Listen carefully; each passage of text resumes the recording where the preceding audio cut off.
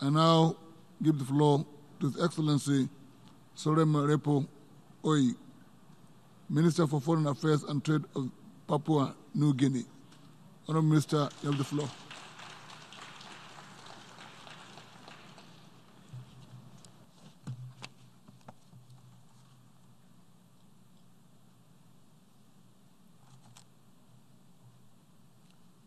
Your Excellency, Professor Tijani Muhammad Bade, President of General Assembly, Mr. Secretary General of United Nations, Excellencies, and distinguished delegates, today I am honored and privileged on behalf of my Prime Minister, Honorable James Marape, and the government and people of Papua New Guinea to address this august assembly. I warmly congratulate you, Mr. President, and the government and people of Nigeria on your presidency. We share the spirit of your presidency's theme of galvanizing multilateral efforts for poverty eradication, quality education, climate action, and inclusion, and the priorities you have set.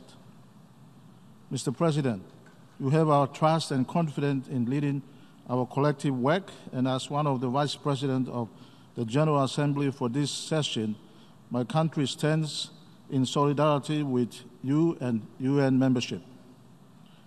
I would also like to express our gratitude to the outgoing Madam President, Her Excellency Maria Fernanda Espinosa Garce, for her vibrant leadership, commendable commitment, and tireless efforts, including in strengthening the hands of multilateralism, inclusivity, and humanity in this past year.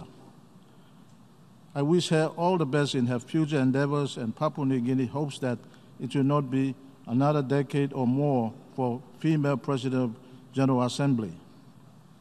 Mr. President, I wish to also pay tribute to Mr. Secretary General for his exemplary leadership, selfless service, and stellar work in many important areas such as climate change this past year, and which continue to apace for greater good and well-being of we, the people of United Nations. At the regional level, Papua New Guinea is heartened and inspired by his most timely and welcome landmark visit to Pacific region in May this year to bear witness to our sustainable development challenges, vulnerabilities and opportunities, and the Sharon call to step up, fight, and do better, more and urgently against adverse impact of climate change. At the country level, United Nations remains a trusted and highly valued partner. The development, peace building, human rights, and humanitarian support under the reformed UN system is now functional in the country, continues to not only expand and deepen, but more importantly, complements strategically my government's development priorities. We are moving in the right direction. However, there is much to be done. Mr. Secretary General, I would like to assure you and UN system that you have my government's undivided support. A localized and integrated 2030 agenda for sustainable development remains an important priority for Papua New Guinea under my government. Currently, measured progress continues to be made in specific areas such as education, primary health care, gender equality and empowerment, and the peace and security, but more work needs to be done. For instance, in health and education services, government's policy on free education and health care continue to gain momentum countrywide. More Papua New Guineans, particularly girls and children, are benefiting from these strategic interventions. My government remains committed to ensuring the provision of quality education and private health care a solid foundation for a better future for all our citizens. Work on achieving these goals are important in our preparation to present for the first time to high-level political forum in July of 2020, our volunteer national review on status of implementation of 2030 2030 agenda. While we continue to be inspired by our National Vision 2050, the National Strategy for Responsive, Sustainable Development and guided by medium-term development plan and the paradigm shift, including generational change of political leadership. This has been done to strengthen national-level implementation in the context of core development priorities under the new vision of Take Back Papua New Guinea to make it prosperous, peaceful, and secure through inclusive, sustainable economic growth. The objective is firstly to strategically position the country's sustainable development to empowering our citizens at all levels to take national ownership and leadership of our development pathways and destiny while protecting our abundant natural resources. Secondly, to take back Papua New Guinea, we are ambitious to achieve economic independence and self-reliance in the next decade. It recognized that health and education or educated population supported by quality infrastructure, broad-based agriculture, and just, fair, equitable, inclusive development serves as an engine of the sustainable development. This will secure and empower the future of our children whilst ensuring that we do not erode and compromise our environmental capital. Mr. President, to achieve our national 2030 agenda, the priority areas of focus are on, firstly, the revitalization of the agriculture sector as key driver for inclusive economic growth. This is intended to harness the productivity of our rural communities, including particularly women and girls that constitute 80% of the country, by empowering and enabling them to participate in income generation and job opportunities to improving their standard of living and eliminate poverty. Sectoral plans are being established covering marine and fisheries, forest, mining, oil and gas, and primary industry products, which include gender equity and social inclusion.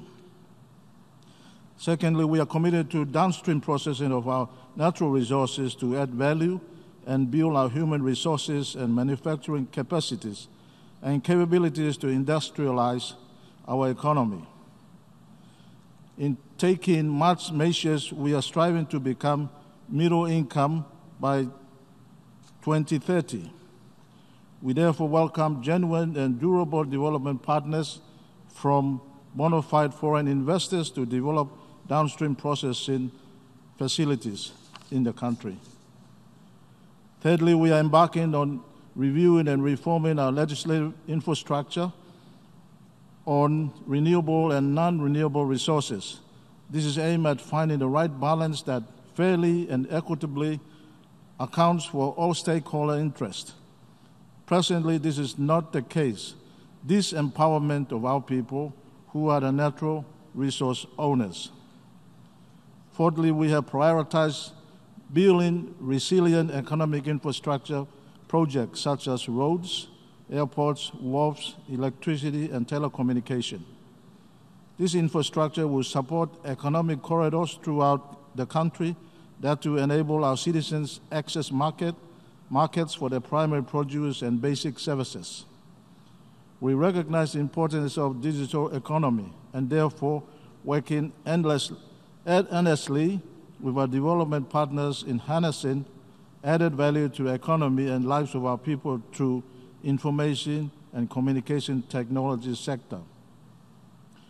Noteworthy is the recent completion of submarine fiber optic cable between Port Moresby, Papua New Guinea, and Sydney, Australia.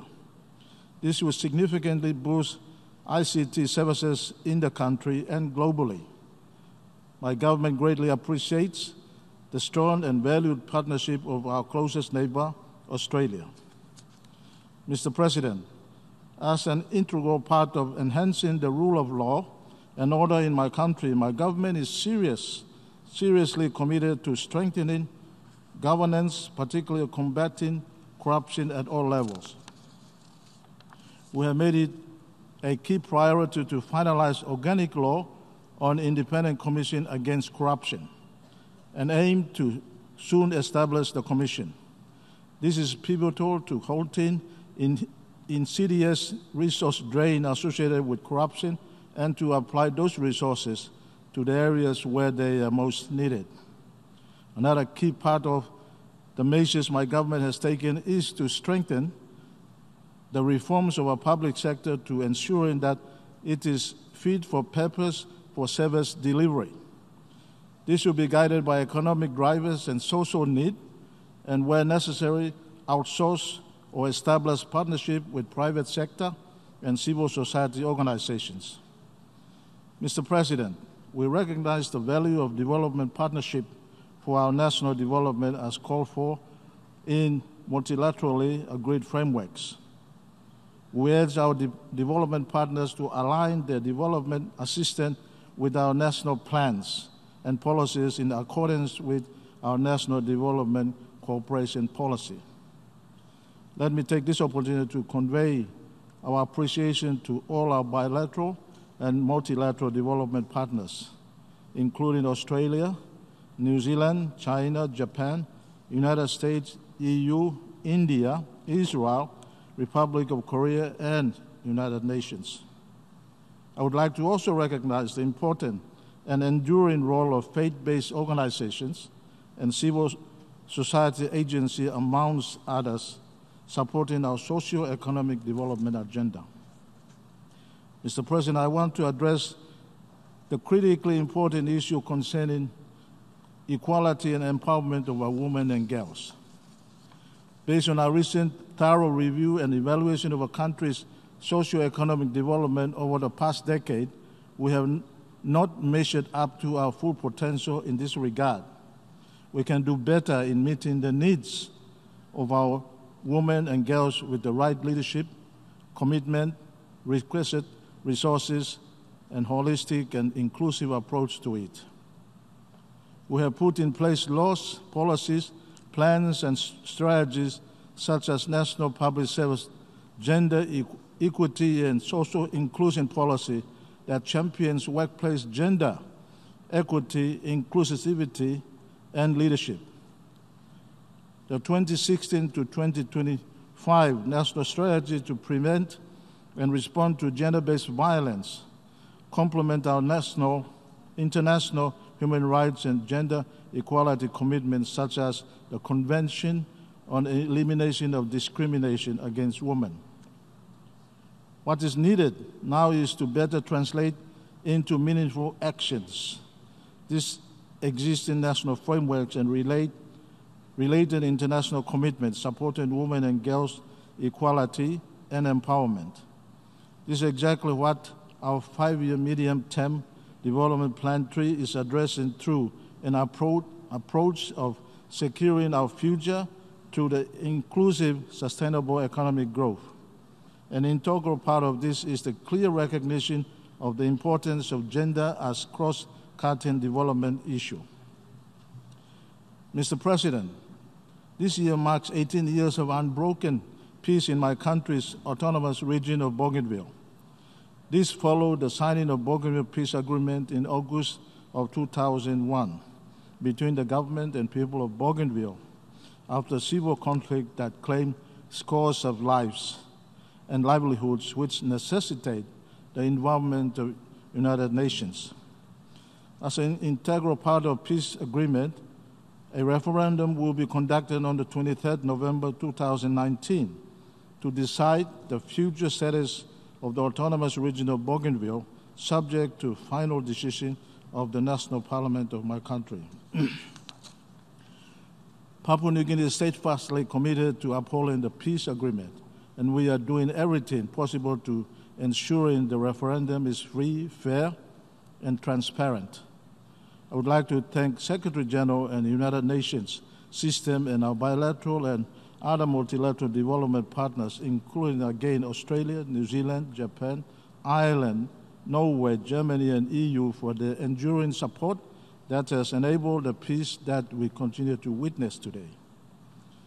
Mr. President, on the climate change, Let me begin by joining others in conveying my government and people's sincere sympathies and condolences to the people and government of Bahamas for the unprecedented loss of lives and devastation caused by Hurricane Dorian. As a fellow small island developing state, we stand in solidarity with you. We support and congratulate Secretary General's Climate Action Summit and the inclusion of youth in championing the fight against climate change. We are proud that today we had such a call to urgent action in the context of small island developing states from young Papua New Guinean women. The courageous and uncompromising stance of youth is a good omen for the world. We also thank those funding the support of youth and others in rallying this call.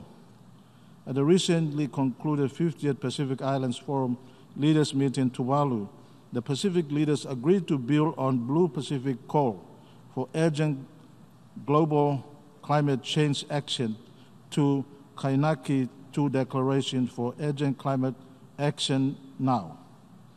This is now a moral compass and authority going forward to 25th Conference of Parties to the UN Framework Convention on Climate Change.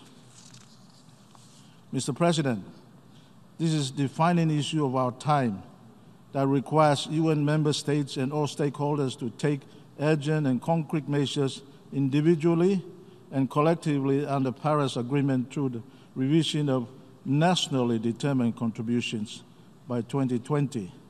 This will effectively address the adverse impact of climate change for the sake of our planet. The important outcomes for Climate Action Summit early this week paves the way for us to take measures necessary to saving ourselves. We cannot continue to be morally irresponsible, but this existential threat to the planet, it is utterly unfair and unjust for least contributors of greenhouse gas emission to pay the highest price. This must stop. Mr. President, we take seriously the importance of being party to Paris Agreement by taking necessary measures domestically and globally. For instance, Papua New Guinea was one of the first few countries in the world to submit its national determined contributions, and we are currently in the process of revising it. At the Climate Action Summit, my government's 3 initiatives were accepted under the Nature-Based Solution Track and the Resilient and Adoption Track. The Nature-Based Solution Track focuses on harnessing our abundant tropical forest resources as lungs of the earth and carbon reservoir through sustainable forest management practices. This can be realized by implementing our National RED+ strategy, and secondly, on renewable energy plan, we endeavor to tap into rich hydro and solar energy sources. And thirdly, climate-proofing infrastructure in the country, where pilot projects are well underway. We commit ourselves under the Paris Agreement to reducing greenhouse gas emissions in the energy sector. PNG's Vision 2050 National Development Strategic Plan 2010 to 2030 and the National Energy Policy outline our national goals to transit from our current energy source to 100% renewable sources by 2050. Climate funding is a necessity to enable full implementation of Paris Agreement. Papua New Guinea wishes to express its appreciation to those governments and organizations that have pledged additional funds to the Green Climate Fund and encourages others who have financial capacity to do so as well.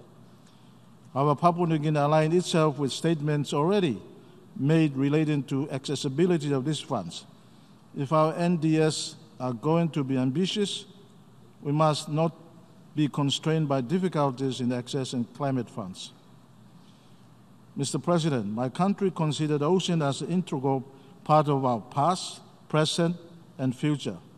The ocean resources are vital to economic, social, and cultural values to our people's lives and livelihoods. It is in this spirit that we now are framing our institutional framework and national ocean policy, which are intended to develop and establish an integral ocean management system within and beyond our national jurisdictions. As a state party, this will also strengthen the implementation of UN Convention on Law of the Sea to our Maritime Zones Act and to support core development policies and plans. I'm pleased to also note that as an integral part of this priority, we have submitted our national maritime boundaries delimitation charters in April 2019 to the UN Secretary General. Additionally, we have taken positive steps to securing an extended continental shelf in Ontogon Java Plateau area in March 2017, together in the first ever joint trilateral submission with our Pacific neighbors, the Federal State of Micronesia and Solomon Islands. A highly technical and sophisticated work spanning over a decade, whose recommendations was published by UN Commission on the Limits of Continental Shelf. The fisheries sector is a major contributor to our economy, and to ensure its sustainability, we are committed to combating illegal, unregulated, and unreported fishing and are working towards FAO Port State Measures Agreement by end of this year. It will also ensure downstream processing to add value to our resources. In this spirit, we call on WTO negotiation on fisheries subsidies to ensuring its successful conclusion that holds the practices that encourage malpractices in this sector.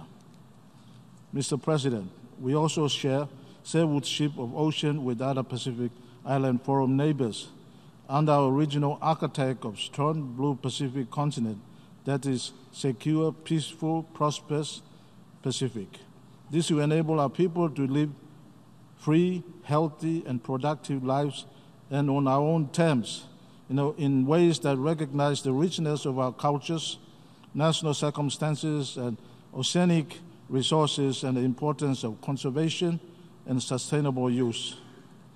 We welcome and support convening of Second United Nations Ocean Conference to support the implementation of SDGs 14 in June 2020 in Portugal.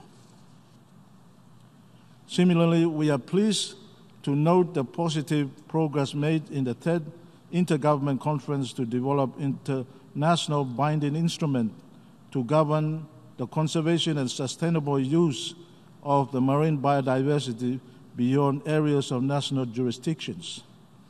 As we move towards the final negotiation early 2020, we encourage all stakeholders not to be narrow-minded with their petty national considerations, but to view the global commons as one shared ocean deserving of our collective protection and sustainable use. Mr. President, my government values the critical importance of the role of UN peacekeeping operations based on our own internal and regional experience. We contribute in modest way to UN peacekeeping operations and intend to expand such support in the future as our capacity expands. Let me take this opportunity to express my government's sincere condolence and sympathies to the families and friends of those peacekeeping personnel who have this year made the ultimate sacrifice with their lives for peace. Our prayers and thoughts are also with those injured peacekeeping personnel. We are also grateful for the work of Peace Building Commission and the Peace Building Trust Fund from whom we have benefited, particularly in the context of implementation of Bougainville Peace Agreement. We look forward to continue working in close partnership. Mr. President, in 2020, as we prepare to make 75th anniversary of founding of United Nations, the Security Council must be reformed. On the Multicultural Office review, we are heartened that review recognizes and reinforces that UN must do more and better to support small island development states, especially those covered by multi-country offices, in this pursuit for sustainable development. In our Pacific region, while we face common challenges, each country also faces specific and unique challenges. There is no one size that fits all. To meet current development challenges, the UN development system needs to operate in the context of unique development dynamics in each country. In this regard, we welcome Secretary General's decision to establish dedicated multi-country office in the North Pacific region for our Pacific neighbors of Federated State of Micronesia, Kiribati, Marshall Islands, Nauru, and Palau. Mr. President, we remain concerned with sporadic terrorist attacks around the globe. We stand in solidarity with those countries and peoples affected by such acts and strongly condemn terrorism in all its forms and manifestations. We also continue to be concerned about tensions in various parts of the world, as these have potential to have unintended consequences for others. We therefore encourage peaceful dialogue and resolution to resolving such issues. In closing, Papua New Guinea's long-standing view on disarmament is for well to be rid of any weapon of mass destruction. So as long as nuclear weapons or other weapons of mass destruction exist, there is very real danger that one day these weapons of mass destruction will be used again, whether by design or by accident. I thank you, Mr. President. I thank the Minister of Foreign Affairs of Papua New Guinea for his statement.